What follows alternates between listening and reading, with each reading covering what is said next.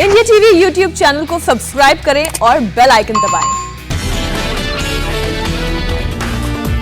बंगाल में पहले चरण की 30 सीटों पर बंपर वोटिंग, 80% से ज्यादा मतदान हुआ। हुगली में बीजेपी उम्मीदवार लॉकेट चैटर्जी पर रंग भरा गुब्बारा फेंका गया, टीएमसी कार्यकर्ता पर आरोप लगाया। पहले चरण में कुछ जगहों पर हिंसा, वेस्ट मिदनापुर में पुलिस से भिड़े टीएमसी कार्यकर्ता, टीएमसी ने बीजेपी पर मारपीट का आरोप लगाया। वोटिंग से पहले ईस्ट मिदनापुर के भगवानपुर इलाके में फायरिंग, गोलीबारी में 2 सुरक्षाकर्मी घायल। ईस्ट मिदनापुर के खेजूरी में बीजेपी और टीएमसी के समर्थकों में भिड़ंत, पोलिंग बूथ पर दोनों पार्टियों के समर्थकों में हाथापाई। पश्चिमी मिदनापुर के सालबोनी में लेफ्ट कैंडिडेट सुशांत घोष पर हमला, गाड़ी पर भीड़ का हमला। कांथी में शुभेंदु अधिकारी के भाई सोमेंदु की कार पर तोड़फोड़, सुमेंदु सुरक्षित। शुभेंदु अधिकारी ने तृणमूल के ब्लॉक प्रेसिडेंट राम गोविंद दास पर आरोप लगाया।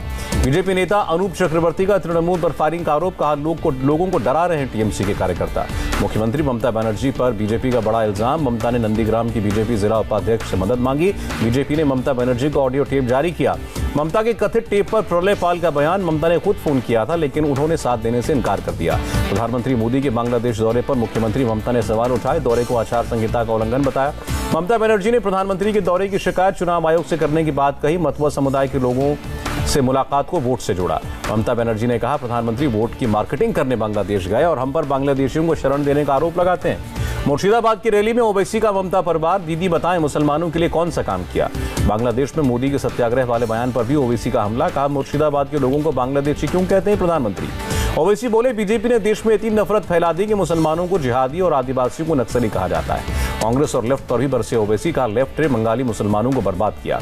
असम में भी पहले चरण के लिए 47 सीटों के लिए भारी वोटिंग, 73% वोटिंग हुई। डिब्रूगढ़ के जेपी नगर के एक पोलिंग बूथ पर सीएम सर्बानंद सोनोवाल ने वोट डाला, बीजेपी उम्मीदवारों की जीत का दावा किया। तमिलनाडु के कोट्टम में स्मृति ईरानी ने डीएमके को निशाने पर लिया, कहा डी मतलब डायनेस्टी और एम मतलब मनी। कोयम्बटूर में स्मृति ईरानी ने किया चुनाव प्रचार, कार्यकर्ताओं के साथ डांडिया किया। कोलाथूर विधानसभा में डीएमके प्रमुख एमके स्टालिन ने रोड शो निकाला, जनता से आशीर्वाद मांगा। राहुल गांधी ने केरल के इरुमल्ली में अयप्पा मंदिर में दर्शन किए, कांग्रेस कार्यकर्ता ने राहुल के पैर धोए। इरुमल्ली में बाबर मस्जिद के अंदर भी गए राहुल गांधी, सेक्युलर छवि दिखाने की कोशिश। राहुल गांधी ने प्रधानमंत्री मोदी और आरएसएस को निशाने पर लेते हुए कहा, जिंदगी भर देश में नफरत और गुस्सा फैलाया। केरल के कंजानी में बीजेपी अध्यक्ष जेपी नड्डा का शक्ति प्रदर्शन। चक्कराक्कल में रोड शो के दौरान उमड़ी समर्थकों की भीड़, नड्डा ने कांग्रेस और सीपीएम को निशाने पर लिया, कहा केरल में विरोधी लेकिन असम में गठबंधन करके चुनाव लड़ रहे हैं। प्रधानमंत्री मोदी का 2 दिन का बांग्लादेश दौरा खत्म, ढाका से दिल्ली के लिए रवाना। ढाका में मोदी और शेख हसीना के बीच डेलीगेशन लेवल की बैठक, द्विपक्षीय मुद्दों पर बातचीत हुई।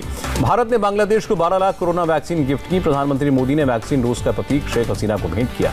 भारत और बांग्लादेश 6 दिसंबर को मैत्री दिवस के तौर पर मनाएंगे, इसी दिन भारत ने बांग्लादेश को मान्यता दी थी। प्रधानमंत्री मोदी ने बांग्लादेश के राष्ट्रपति अब्दुल हामिद से ढाका में मुलाकात की, दोनों देशों के अहम मुद्दों पर चर्चा हुई।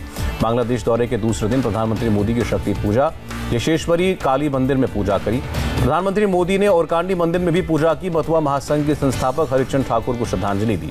प्रधानमंत्री बोले, ठाकुरबाड़ी भारत बांग्लादेश के आत्मिक रिश्ते की तीर्थस्थली, मतुआ समाज के लोगों से मिला आशीर्वाद अनमोल।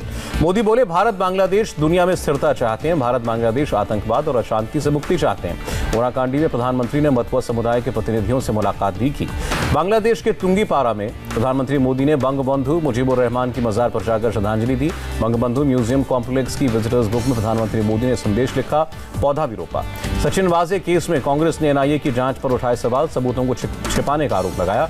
मुंबई एक्शन में एनसीबी 122 ग्राम गैर कानूनी ड्रग्स की जब्त किया, 3 हार्ड डिस्क के कवर में छिपाई गई थी ड्रग्स। मनसुख मर्डर केस में एटीएस सूत्रों का बड़ा खुलासा, सचिन वाजे ने व्हाट्सएप कॉल पर मनसुख से 11 मिनट बात की। वाजे के दबाव में मनसुख ने अपने घर वालों से झूठ कहा कांदीवली में क्राइम ब्रांच के तावड़े नाम के अधिकारी से मिलने जा रहा हूं। एनआईए सूत्रों का खुलासा, सचिन वाजे ने मनसुख की हत्या के दिन 4 फोन नष्ट किए, 13 मोबाइल फोन का इस्तेमाल करता था वाजे। एक होटल कारोबारी ने वाजे को 2 पुलिस वालों और एक और शख्स को बात करते देखा, तीसरे शख्स के मनसुख होने का शक। एनआईए की रडार पर मनसुख का पोस्टमार्टम करने वाले 3 डॉक्टर भी ऑटोप्सी के दौरान वाजे के मौके पर रहने के सबूत मिले। पंजाब के श्रीमुक्तसर साहिब में बीजेपी विधायक अरुण नारंग से हाथापाई, कपड़े फाड़े गए, किसान संगठनों पर आरोप। दिल्ली के भलसवा डेयरी थाने के एसएचओ समेत 6 पुलिस वाले सस्पेंड, एक घटना में कानून व्यवस्था नहीं संभालने पर डीसीपी राजीव रंजन भी निलंबित। दिल्ली के मंडोली इलाके में गोदाम में आग, दमकल की 3 गाड़ियों ने आग बुझाई। मुंबई के अस्पताल में 25 मार्च से लगी आग को आज पूरी तरह बुझा लिया गया, 11 मरीजों की हुई थी मौत। एमपी के गांधीनगर में खेत में हुआ ट्रेनिंग वाला प्लेन क्रैश, घायल 3 लोग अस्पताल में भर्ती। होली के दिन पहले हाफ में बंद रहेगी मेट्रो सेवा और 29 मार्च को दोपहर 2:30 बजे से चलेगी मेट्रो। होली के दिन दिल्ली ट्रैफिक पुलिस की स्पेशल टीम चौराहों पर खड़ी रहेगी, ट्रैफिक नियम तोड़ने वालों पर रखेगी नजर। Delhi police commissioner SN Srivastava ने त्योहारों पर कानून व्यवस्था की समीक्षा की, पब्लिक प्लेसेस पर होली और शब बारात मनाने की मनाही। यूपी के सीएम योगी आदित्यनाथ ने बहराइच में कई योजनाओं का लोकार्पण और शिलान्यास किया, करीब 334 करोड़ की हैं परियोजनाएं। मुजफ्फरनगर दंगों पर MP MLA कोर्ट का बड़ा फैसला, 51 नामजद आरोपियों के केस वापस होंगे। यूपी सरकार में मंत्री सुरेश राणा से भी केस वापस होगा, संगीत सोम, साध्वी प्राची, भारतेंदु सिंह के नाम भी शामिल। यौन उत्पीड़न मामले में पूर्व गृह राज्य मंत्री स्वामी चिन्मयानंद बरी, आरोप लगाने वाली छात्र और उसके दोस्तों को भी बरी किया गया। दिल्ली कैबिनेट का बड़ा फैसला, दंगे में जान गंवाने वाले IB अधिकारी अंकित शर्मा के भाई को मिलेगी सरकारी नौकरी। आगरा में सेना के जवानों ने पैरा जंपिंग का प्रदर्शन किया, आर्मी चीफ जनरल नरवणे और साउथ कोरिया के रक्षा मंत्री के सामने दिखाया कौशल। गाजीपुर बॉर्डर पर कोरोना वैक्सीन लगवाने पर बोले आंदोलनकारी, राखी शिकायत कहेंगे तो टीका लगवाएंगे। केंद्रीय स्वास्थ्य सचिव ने 12 राज्यों के साथ की हाई लेवल मीटिंग, कोरोना के बढ़ते केस में कड़े कदम उठाने पर चर्चा। मुंबई में 28 मार्च को रात 10 से 11 बजे के बीच लग सकता है नाइट कर्फ्यू, मेयर किशोरी पेडनेकर ने जारी किया निर्देश। BMC ने लिया बड़ा फैसला, 5 से ज्यादा कोरोना केस आने पर रेजिडेंशियल सोसाइटी को किया जाएगा सील। महाराष्ट्र में नए गाइडलाइन, सड़क पर थूकने पर 1000 जुर्माना, मास्क नहीं लगाने पर 500 रुपए जुर्माना। दिल्ली में 24 घंटे में कोरोना के 1558 नए मामले, 10 की मौत। नागपुर में 24 घंटे में 3688 पॉजिटिव केस, 54 मौतें।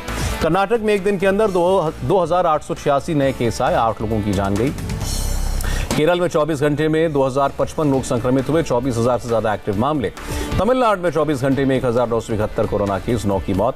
दिल्ली में नहीं लगेगा लॉकडाउन, स्वास्थ्य मंत्री सत्येंद्र जैन बोले लॉकडाउन समस्या का समाधान नहीं है।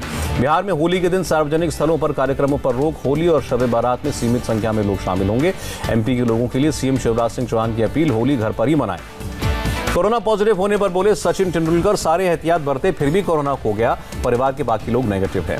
दिल्ली में बढ़ते कोरोना संक्रमण पर बोले स्वास्थ्य मंत्री सत्येंद्र जैन, खतरे को देखते हुए कोविड टेस्ट बढ़ाए। दिल्ली में कोरोना वैक्सीनेशन कराने वालों के लिए राहत भरी खबर, बिना रजिस्ट्रेशन दोपहर 3 बजे से रात 9 बजे के बीच लगवा सकेंगे टीका।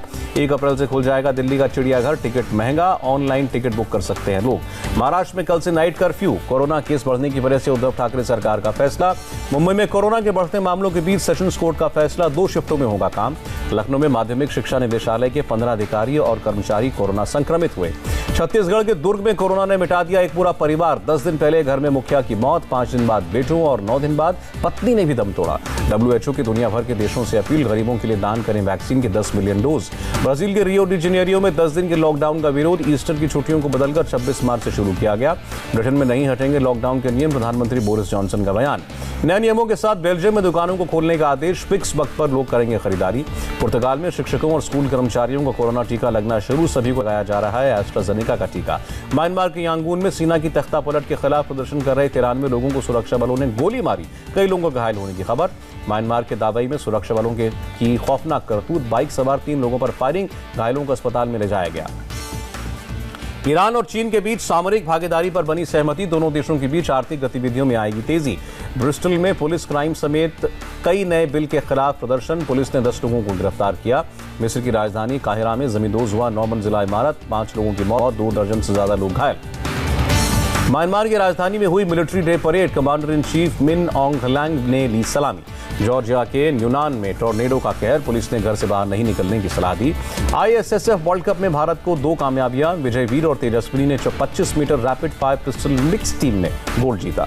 भारत और इंग्लैंड के बीच वनडे सीरीज का आखिरी मुकाबला रविवार को, फिलहाल 1-1 से बराबर है सीरीज। तीसरे वनडे में कुलदीप यादव हो सकते हैं प्लेइंग 11 से बाहर, दूसरे वनडे में 8-6 के साथ लौटाए थे 84 रन। सोमवार को होगा इंग्लैंड के तेज गेंदबाज जोफ्रा आर्चर के दाएं हाथ का ऑपरेशन, IPL से हुए बाहर। सिलेक्टर्स को सुनील गावस्कर का सुझाव, प्रसिद्ध कृष्णा को टेस्ट टीम में दें जगह, कृष्णा का पेस और सीम पोजीशन अच्छा है। और कोलकाता नाइट राइडर्स ने शुरू की IPL की तैयारियां, KKR के खिलाड़ियों ने मुंबई में प्रैक्टिस सेशन में हिस्सा लिया। नमस्ते, मैं हूं मीनाक्षी जोशी। वीडियो और खबरों से अपडेट रहने के लिए India TV YouTube channel subscribe करें, बेल आइकन दबाना ना भूलें। जुड़े रहें इंडिया टीवी के साथ।